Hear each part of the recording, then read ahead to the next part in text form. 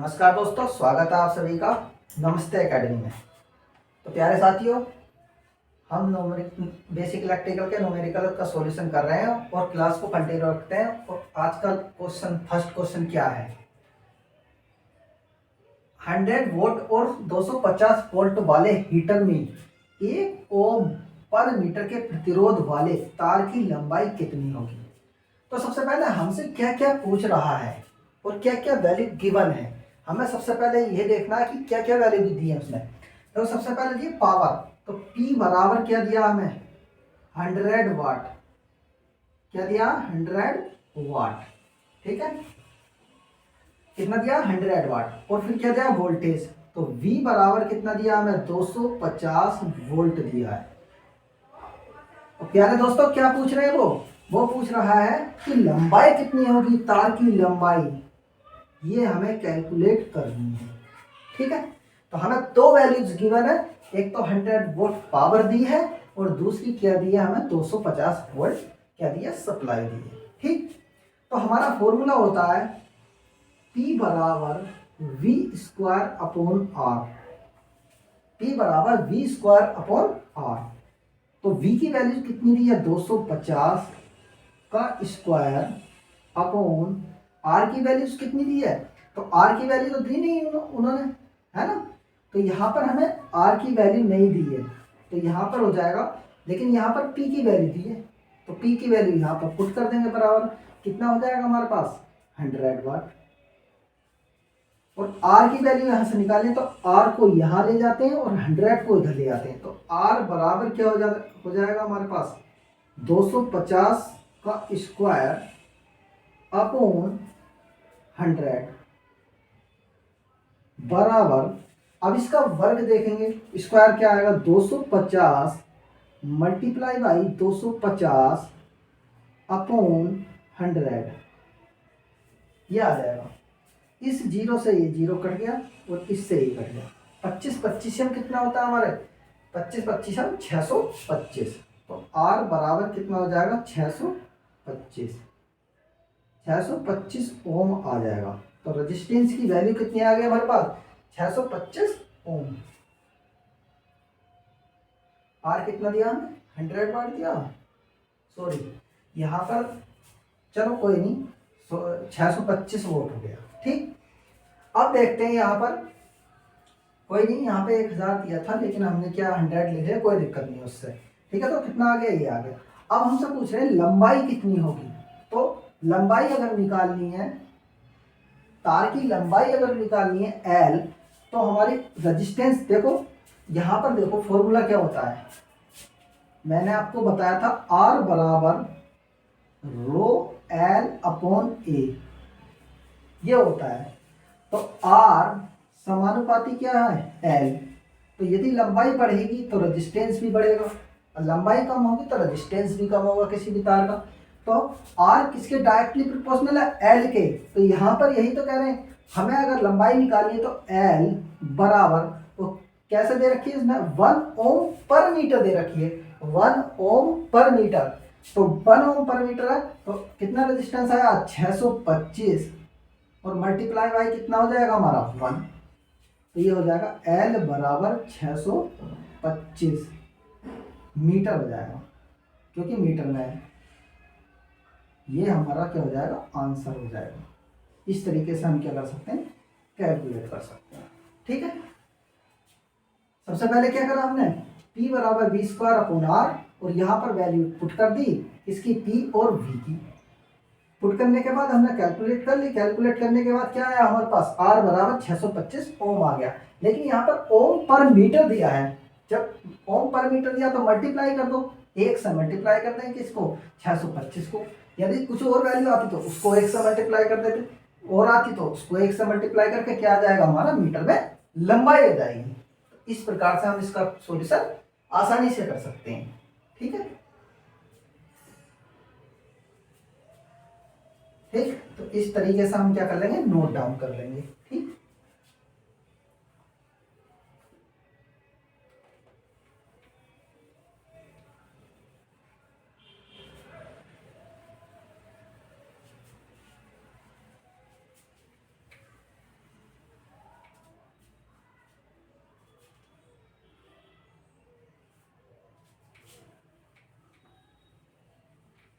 अब next question की तरफ चलते हैं दोस्तों।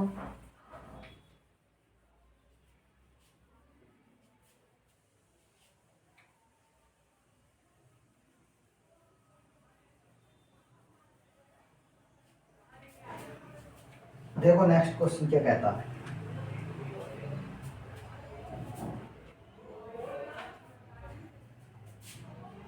एक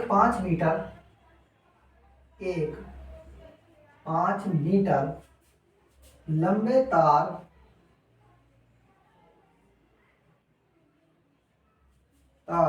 में 5 एम्पियर की धारा या कह सकते हैं करंट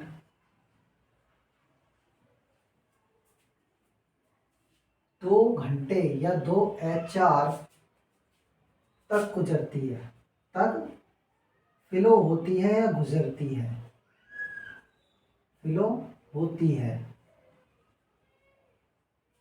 ठीक है, फ्लो होती है।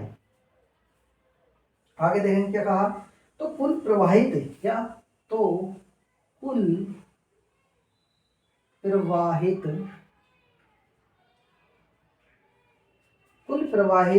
हुई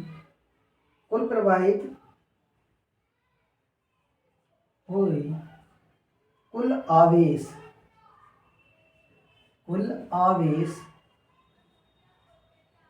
बोले तो चार्ज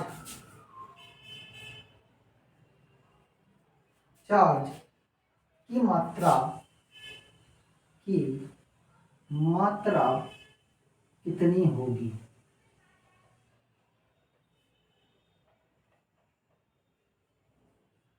तो हमसे पूछ रहे हैं वो चार्ज की वैल्यू, ठीक है। तो प्यारे दोस्तों, मैंने आपसे क्या बताया कि सबसे पहले हम क्वेश्चन को सोल्व करने से पहले ये देखते हैं कि क्वेश्चन के अंदर क्या क्या वैल्यू गिवन है। तो सबसे पहले देखें गिवन वैल्यू,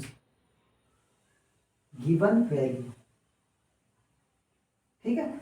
5 मीटर लंबे, तो लंबाई कितनी दे रखी है 5 मीटर, और करंट का मान आई का मान कितना दे रखा 5 एम्पियर, ठीक है। और कितने घंटे तक, तो समय टी बराबर कितना दे रखा है हमें 2HR दे रखा है।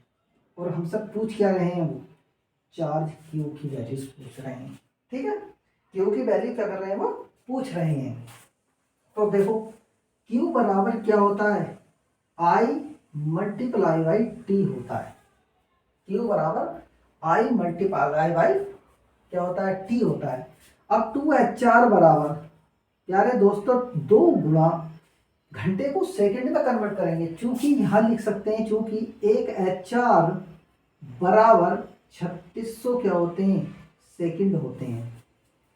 तो यहां पर 2HR है तो 2 मल्टीप्लाई कितना हो जाएगा 3600, ये आ जाएगा सेकंड में। तो सेकंड में कन्वर्ट कर लिया। अब यहां पर हमारे पास आई की वैल्यू भी हमारे पास है और टी की वैल्यू भी हमारे पास है, ठीक है।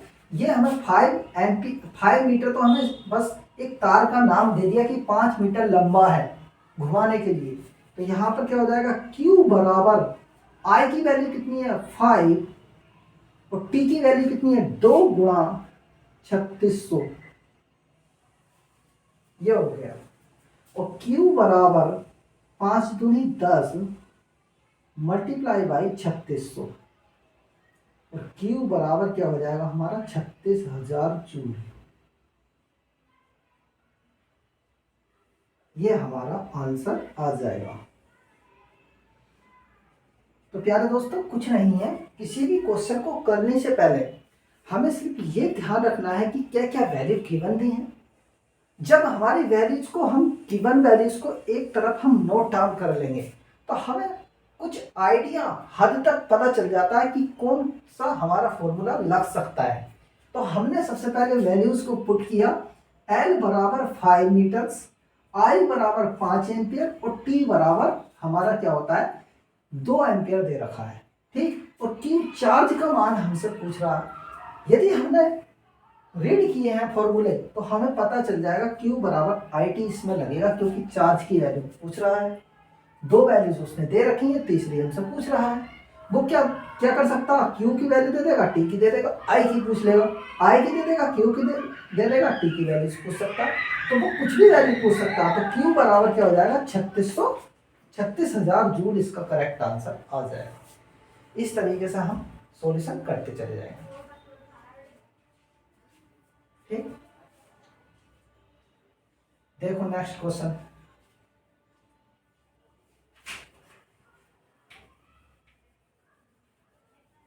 नेक्स्ट क्वेश्चन देखते हैं।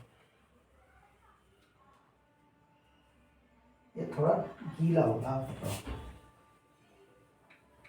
इसलिए ये इंक जो है इस पर फैल रही है। सूखा कपड़ा बहुत चलता है।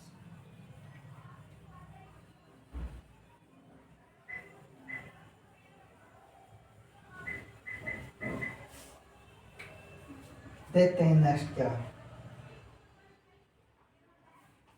ये वेरी इंपॉर्टेंट और वेरी इंपॉर्टेंट क्वेश्चन की तरफ हम चल रहे हैं। ये कुछ नया कंसेप्ट हम पढ़ेंगे। क्या कहा है क्वेश्चन में, एक तार का प्रतिरोध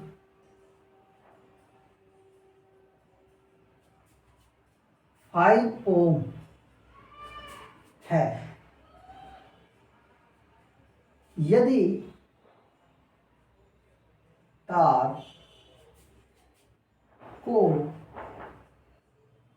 इसकी लंबाई के 3 गुना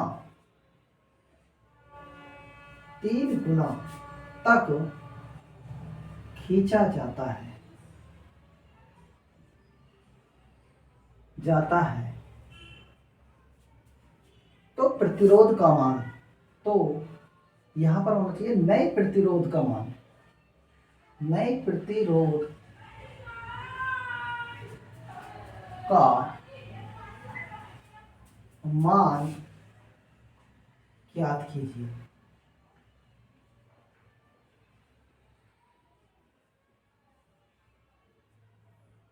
ये सॉल्यूशन देखेंगे इसका। तो प्यारे दोस्तों, मैंने अभी आपको बताया था कि R डायरेक्टली प्रोपोर्शनल होता है L के। ठीक है, तो उन्होंने कहा कि यदि एक तार का प्रतिरोध 5 ओम है, यदि तार को इसकी लंबाई के 3 गुना तक खींचा जाता है, यदि लंबाई को वो कहता 3 गुना तक बढ़ाया जाता है, तो प्यारे दोस्तों हमारा लंबाई अगर 3 गुना बढ़ रही है यहां से, तो रेजिस्टेंस भी हमारा 3 गुना बढ़ जाता। उसने कहा कि लंबाई को 3 गुना बढ़ाया गया है तो रेजिस्टेंस भी हमारा 3 गुना बढ़ जाता। लेकिन यहाँ पे क्वेश्चन में क्या दिया है कि लंबाई के 3 गुना तक खींचा जाता है। तो प्यारे दोस्तों, जब भी हम किसी वायर को खींचेंगे तो उसकी कुछ ना कुछ लंबाई में इंक्रीमेंट होगा, खींचेगी तो उसका क्या है, क्षेत्रफल भी क्या होगा, चेंज होगा कुछ ना कुछ। ठीक है, तो यहाँ पर अगर खींचा गया है तो प्यारे दोस्तों खींचा गया, तो इसका मतलब कंसेप्ट कुछ अलग लगेगा। यदि वो कहता कि लंबाई को 3 गुना बढ़ा दिया गया है, अगर लंबाई को 3 गुना बढ़ा दिया गया है तो कुछ नहीं होता, 3 गुना ही उसका प्रतिरोध हो जाता। लेकिन यहां पर क्या किया, उसने स्ट्रेस किया है, किसी तार को खींचा है, खींचने के बाद क्या उसका कुछ ना कुछ क्षेत्रफल में भी क्या होगा, कुछ ना कुछ चेंज आएगा। ठीक है, तो यहां पर वो इसका कंसेप्ट अलग लगेगा। ठीक, तो खींचने के बाद सबसे पहले हमें यह देखेंगे, ये जो हमसे पूछ रहे हैं कि नए प्रतिरोध की वैल्यू, तो आर न्यू हमसे निकलवा रही है, आर न्यू की वैल्यूज।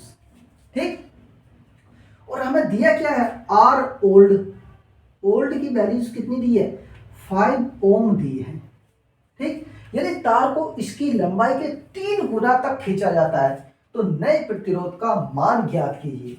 तो प्यारे दोस्तों, आर न्यू निकालने का फॉर्मूला ये होता है इसमें कि R old multiply by N square, या ऐसा कह सकते हैं N square into multiply by R old.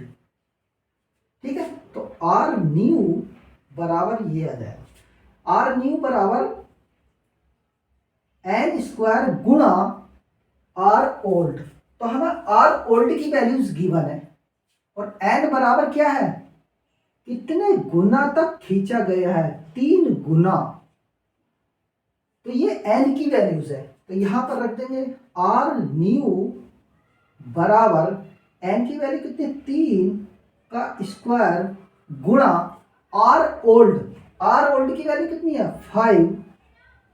तो आर न्यू बराबर 3 तिया 9 गुणा 5। तो आर न्यू बराबर 9 पंजे 45 ओम। ये इसका आंसर आ जाएगा। ये इसका कंसेप्ट अलग है। खींचने पर मतलब स्ट्रेच किया है, जब स्ट्रेच किया है उसको, स्ट्रेच करने के बाद कुछ ना कुछ क्षेत्रफल में भी परिवर्तन होगा, कुछ ना कुछ उसकी डायमेंशन भी चेंज होगी, ठीक। लेकिन अगर वो कहता कि जोड़ दिया गया 3 मीटर और जोड़ दिया गया तो लंबाई उतनी गुना बढ़ जाती है या गुना कर दिया जाता है, लेकिन खींचने की बात जहां भी आ जाती है वहां पर हमारा कंसेप्ट ये लगेगा। हमारे पास वैल्यूज क्या है, आर न्यू पूछा है और एन की वैल्यूज कितनी दी है हमें, 3 गुना। यदि 3 गुना की जगह 4 गुना कहता तो यहाँ 4 करते, 5 गुना कहता तो 5 गुना करते, एन गुना कहता तो एन गुना करते, ठीक। और आर ओल्ड कितना दिया हमें, 5 ओम दिया है। फॉर्मूला ये होता है आर न्यू बराबर N square multiply by R old. और इसमें वैल्यू पुट करने के बाद आर न्यू का रेजिस्टेंस कितना आ गया हमारा, 45 ओम आ गया। जहां तो था कितना 5 ओम, लेकिन खींचने के बाद जब खींचता है तार की लंबाई अगर बढ़ जाती है तो रेजिस्टेंस भी हमारा क्या हो जाता, बढ़ जाता है। लेकिन जब खींचोगे तो कुछ ना कुछ उसका साइज भी हमारा चेंज होगा, साइज चेंज होगा इसका मतलब पतला हुआ होगा खींचने के बाद, इसलिए रेजिस्टेंस की वैल्यू क्या हो गई, बढ़ गई। तो ये इसका करेक्ट आंसर आ जाएगा, ठीक। तो प्यारे दोस्तों आज क्लास यहाँ तक ही रखते हैं। सभी को नमस्कार।